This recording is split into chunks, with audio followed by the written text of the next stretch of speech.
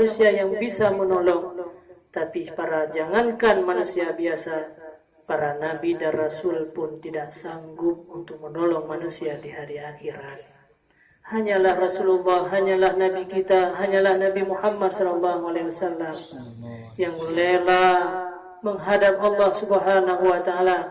Beliau meminta bersujud di hadapan Allah untuk meminta, ya Allah, itu seluruh manusia sudah dalam keadaan kesusahan. Maka Allah menyampaikan, wahai Muhammad, hari ini bukanlah hari sujud, maka mintalah, semuanya akan saya kabulkan. Begitu juga dikala manusia dihamparkan titi siratal mustaqim, di mana di bawahnya api neraka, di atasnya api neraka. Banyak manusia yang jatuh di dalam titi siratal mustaqim tersebut. Rasulullah SAW berada di sebelah. Beliau memanggil, ummati, ummati, ummati, ya Allah, salim ummati, selamatkanlah umatku, ya Allah, selamatkanlah umat-umatku. Begitulah perjuangan Rasulullah untuk kita-kita yang hidup di dunia ini. Juga selawat dan salam kepada al dan sahabat beliau sekalian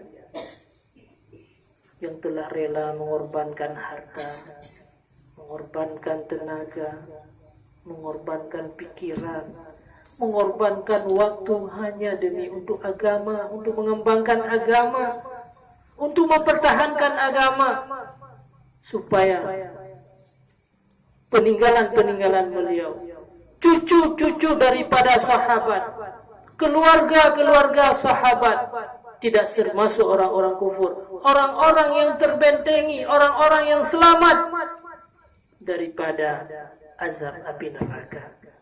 Maka untuk keselamatan generasi-generasi di masa yang akan datang, para sahabat rela berkorban dirinya sendiri. Dan juga kepada para seluruh alim ulama, mutaqaddimin dan mutaakhirin, para aulia-aulia Allah, pada seluruh guru-guru kita semuanya.